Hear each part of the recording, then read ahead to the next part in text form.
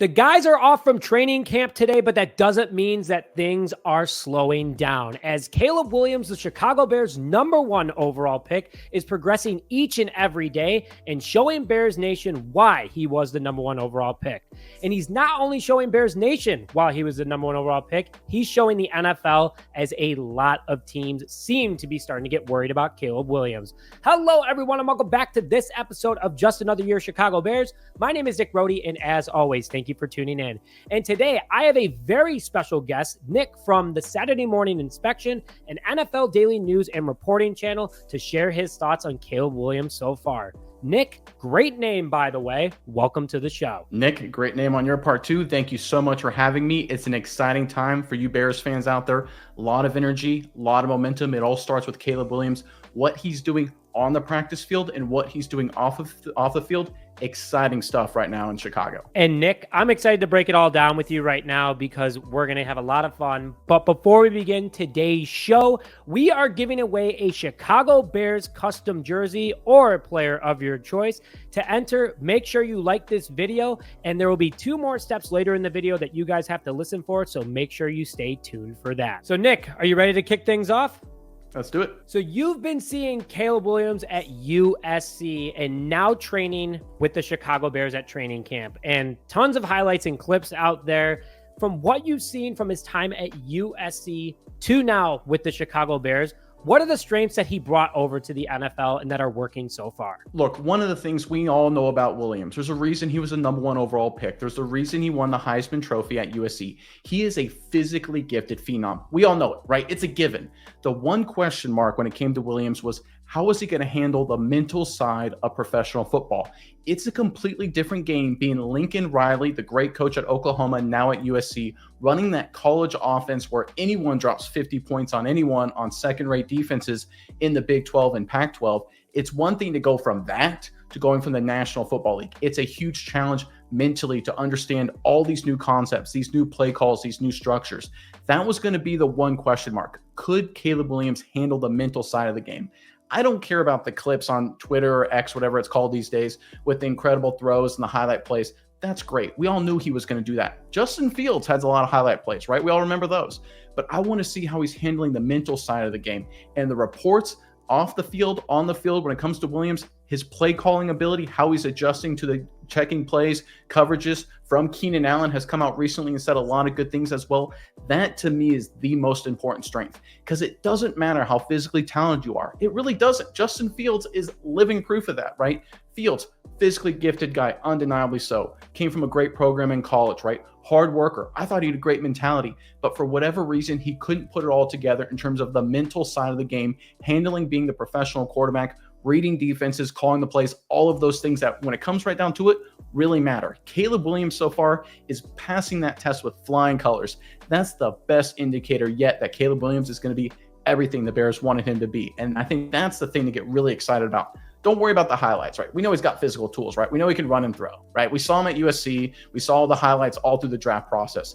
But the fact he's doing such a good job in the mental department is a great sign for the Bears. So, Nick, I'm just going to go off a little bit more of what you're saying. And a lot of the problem that people thought he was going to have was the prima donna, the full of himself mentality coming from LA and USC.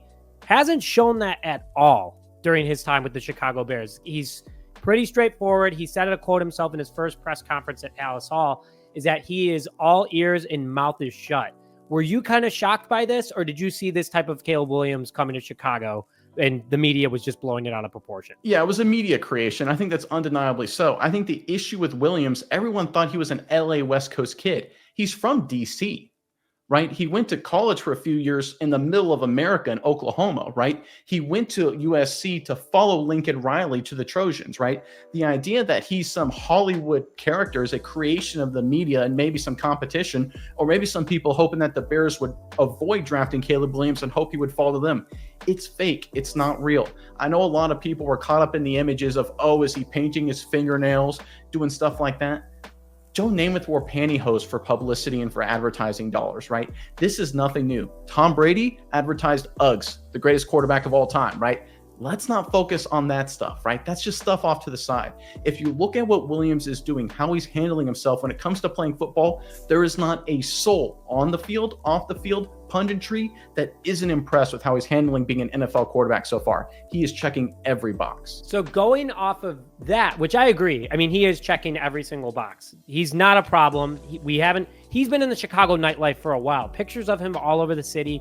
And you come to Chicago, big city, a lot of nightclubs, parties, whatever.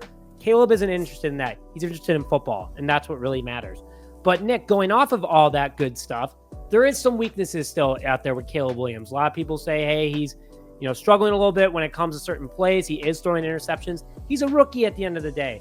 But what are some of the weaknesses that he has right now that he needs to improve on quickly in order to become a premier quarterback in the NFL? It is the turnovers. You hit on it, right? And that was the one issue with Williams his final year at USC was, did he let his talent and almost a little bit of, I hate using the word arrogance, confidence, whatever word makes you feel better about yourself, that would force him to be too aggressive. He'd say there, listen, I can make that throw. I can do it. And he would force it when he didn't need to, right? Everyone wanted to blame the USC Trojans having a lackluster talent for the turnovers. That wasn't really the case. A lot of times it was Williams just trying to do too much. And I think early on in the Bears, we're seeing a few glimpses of that. Because keep in mind, this is Williams that since he's been about 11 years old has been able to do pretty much whatever he's wanted to do on a football field until now. NFL, obviously, completely different environment. Everybody gets that. It's going to be an acclimation period figuring out, okay, what can I get away with? What can I not get away with? And every young quarterback goes through this. People forget CJ Stroud early through the preseason last year, his first game against the Patriots, turnover machine. He was struggling for the Texans to take care of the football, but he figured it out. The smart ones do. They understand, okay, I can't do that anymore. I have to avoid that. I have to focus on what comes easier to me, take what the defense gives you, all those kind of cliches.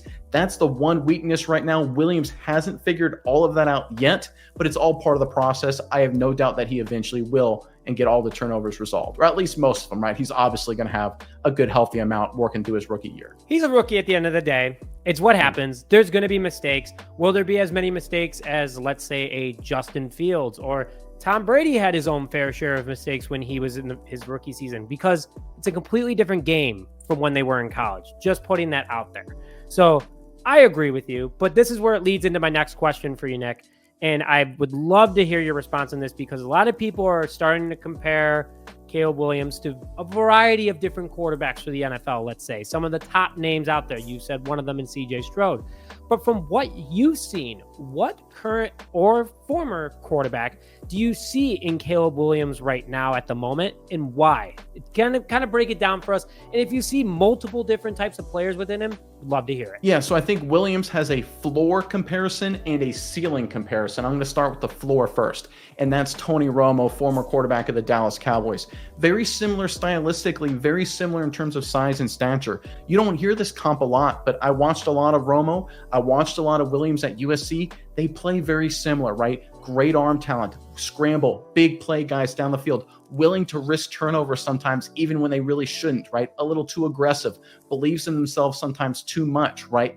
There's some strengths there. You create plays that aren't there, but sometimes you turn the football over. That was Romo's big Achilles heel. And I think if Williams can't overcome the turnovers, then his floor as a player in the National Football League is Tony Romo. Now, look, all things considered, Tony Romo on the Chicago Bears would be the best quarterback since McMahon, right? So again, as a floor, that's not a disaster, okay?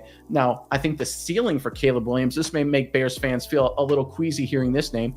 I think it's Aaron Rodgers, right? Everyone wants the Mahomes comp. Mahomes is such a weird entity to compare people to because he's in that Andy Reid offense and is throwing to Kelsey and Tyreek Hill. He has those weird highlights where he does like the crazy left-handed throws and those sidearm laser beams are spectacular. But if you actually watch the Chiefs, the Mahomes game is a lot of check down the wide open receiver or throwing wide open guys 50 yards down the field and getting a lot of big plays. It's a lot of Andy Reid is what I'm trying to say.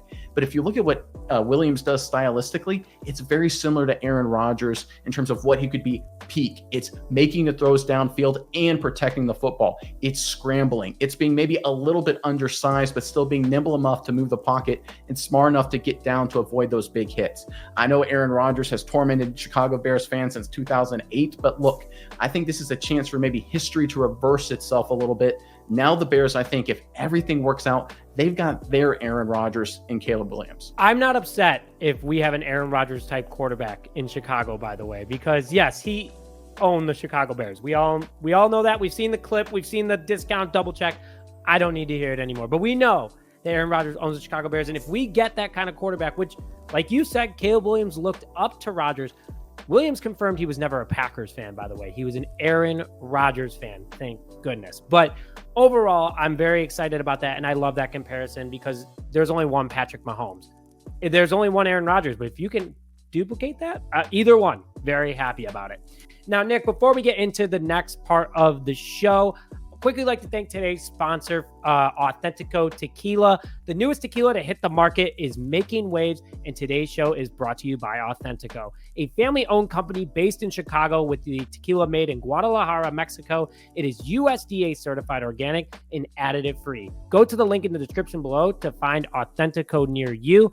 And to finish those last two steps in order to get that Bears jersey, comment which NFC North team you look forward to personally as a fan playing each year from the Chicago Bears end. And as always, please hit that subscribe button to stay up to date on all Chicago Bears news and notifications. Winner will be announced on July 29th during the show, so stay tuned for that. So Nick, let's go now into those expectations for this upcoming season for Caleb Williams. We already talked about he's a rookie, so you got to give him some grief, but for a rookie, he's going to have some mistakes. And we've seen plenty of dominant rookie seasons, though. We saw one last year like CJ Stroud down in Houston with the Texans. What would you say is going to be Caleb Williams' stat line prediction and why? I think it's going to be volatile. I think that's the one word I would use to describe it. I think he's going to have games where he throws up 350 and 3 scores and he looks like the next great quarterback in the National Football League. And I think he's going to have games where he throws for $130 and 2 turnovers and it's a 37-3 loss for Chicago, right? And he's the reason why. I think it's going to be very, very volatile, at least through the first half of the season. What I'm going to look forward to Williams is the second half of the season, especially in those rematches, divisional matchups. How does he learn from handling an opponent the second time around? How does he adjust to seeing the Packers again, the Lions again, the Vikings again? Same personnel, maybe a different strategy, but general overall concept is going to be the same for all 3 of those rematches. How does he handle those? And I think that's where we're going to see Caleb Williams really elevate his game and really learn. Because if there's one thing that people kind of misunderstand when it comes to Caleb Williams, is he's a very smart, very adaptive person. We talk about it all the time on our channel. Players in college who are willing and able to transfer in the middle of their careers, that's a sign of maturity. That's a sign of intelligence. Think about when you were 19, 20, 21 years old. I know when I was at that time, the idea of leaving where I was at school, going across the country, saying goodbye to all my friends, everyone I've known, and just go to someplace completely new, never would have even considered it. No idea how I would have pulled that off. Caleb Williams did that and did incredibly well, won the Heisman Trophy. And remember, he's an East Coast kid to begin with. That takes a level of intellectual firepower. That takes a level of maturity that people really don't credit Caleb Williams. And I think it shows that he will be able to adapt to the NFL environment. There'll be some lumps early on. I get it 100%. Rookie quarterbacks, it is going to happen. But I expect a strong finish with Caleb Williams. If you ask for me for a stat line over 17 games, look, I think 4,000 yards is probably an over-under number I would look to. I think there's going to be a lot of touchdowns. I think it's going to be probably 28, 29 scores. I'd say interceptions. He's going to be close to top of the league lead, probably about 18. I know that sounds like a lot, but you're going to get a lot of big plays as he figures out what he can do and what he can't do. I think it's going to be a high-scoring offense most days, but there's going to be some duds mixed in there as well. Overall, it's a lot of positive. Maybe not as clean as CJ Stroud was last year, but overall, a really solid rookie season from Williams. As a Bears fan, though, let's just make this very, very clear, is that we would take 28 touchdowns and 18 interceptions because we don't get that very often here in Chicago. But, a lot of people are saying, will he finally break Eric Kramer's record of 3,973 yards? We'll see. And like you said, there's going to be those days where he's got 300 yards and there's going to be days where he has 130. It depends on who's got his number.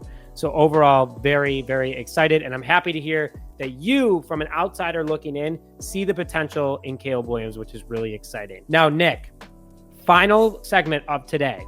Overall expectations of the Chicago Bears. I know on your channel, you don't just cover individual players, you cover the entire teams.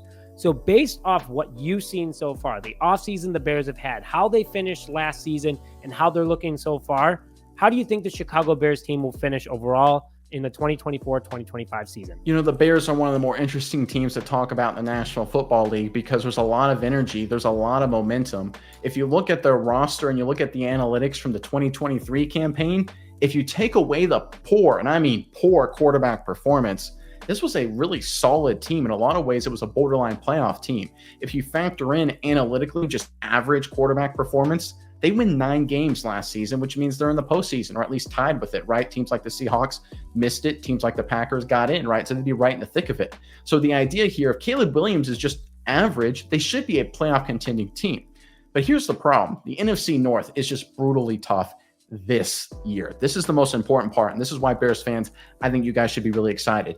The Detroit Lions, I think we talked to a lot of Lions fans when we talk about Detroit on my channel. They all think they're in the middle of like a 20-year dynastic run. That's not happening, right? The Lions, this is the last year of their title window. I truly believe it. They are getting older at a lot of key positions. They've spent a lot of cap dollars. 2024 is the best chance the Lions have to make another deep playoff run. The Packers, look, they're good. They're good. Jordan Love is good. LaFleur's good. They draft well. Young team. They're going to be good. But I do think there's a ceiling there because outside of Love, there's not a lot of superstars, right? It's a very well-balanced team, but there's not a lot of those elite players that can take over the games. For example, the Packers have a deep wide receiver core, but I would take DJ Moore over every single receiver on the Green Bay Packers, right? I think that's where the Bears can overcome Green Bay is they have some of those key stars. I think Sweat is the best defensive player or be the best front seven player for the Green Bay Packers. I think he's better than anyone the Green Bay has in the front seven. And I think that's what gives the Bears the long-term trajectory is if they can get this youth movement, specifically with Caleb Williams, headed in the right direction. The long-term success, the long-term victories coming in the NFC North will last for the next half decade. When you just focus on 2024, I think it's an 8-win team. I'm going to be totally honest with you. I think they're a team that in an easier division, maybe they could pull off more success, but I think they're probably going to finish 8-9. If things break right, maybe 9-8, 10-7, maybe sneak in. If the injury bug really hits them, maybe another 7-10 like year. But I think they sit right there at 8-9. I think the Lions and the Packers duke it out at around 10 wins for the division title. But here's the big caveat, folks. I think this is so important. A lot of Bears fans, you guys really need to focus on this. Starting in 2025, I truly believe this. The Bears will have the best quarterback in the division for the next decade. Think about that for a second. Think about the history of the Chicago Bears, right? When have you had the best quarterback in the division for 1 year? When have you had the best quarterback in the division for like a week? I can't even really think of a time. But now, starting in 2025, after Caleb Williams gets his rookie season out of the way, I truly believe this, the Bears will head into that year, not this year, but next year, with the best quarterback in the division, and they will have that for the next 10 years. And that means they will rule the NFC North, right? The Packers are going to be good. It's going to be a dogfight between Williams and Jordan Love. As an outsider, I can't wait to see those matchups. They're going to be outstanding. But the Lions, look, they've hit their peak. I think they're on the way down. The Vikings, I don't know what the heck they're doing. I think McCarthy's a dumpster fire of a quarterback selection. I think they've got a lot of issues. But I think the Bears working through this year, 8-9 wins, maybe sneak into the playoffs. Doesn't really matter if they do or don't, in my opinion, because starting in 2025, this is a dynasty brewing in the NFC North. And I think Bears fans, you should be incredibly excited by that. I love it. I love the energy. I love everything about it. I'm with you. I have them at 10-7. I think that that's their floor, and that's obviously being biased because, you know, what's on my chest right now. But at the same time, I think this team is a lot better. They're young. Everyone's on good contracts, rookie contracts right now, and the guys that deserve to be paid are being paid. Jalen Johnson, Montez Sweat, you know, Nate Davis is suddenly having a good camp, the guy that we paid for last year at right guard. Everyone is starting to get their money's worth. And Tremaine Edmonds, TJ Edwards, a steal of a contract too. This team's going to be a lot of fun, though. They're young, and I agree with you. Detroit could be on the downfall before we know it. I think the Packers, we could figure out Jordan Love. We only gave up 17 points to Green Bay the week before they went on and put 42 on the Cowboys, who apparently had a better defense than we did. And we did that at Lambeau. So things are going in the right direction for Chicago, and I'm pretty excited about it. So I'm happy you see it too, Nick.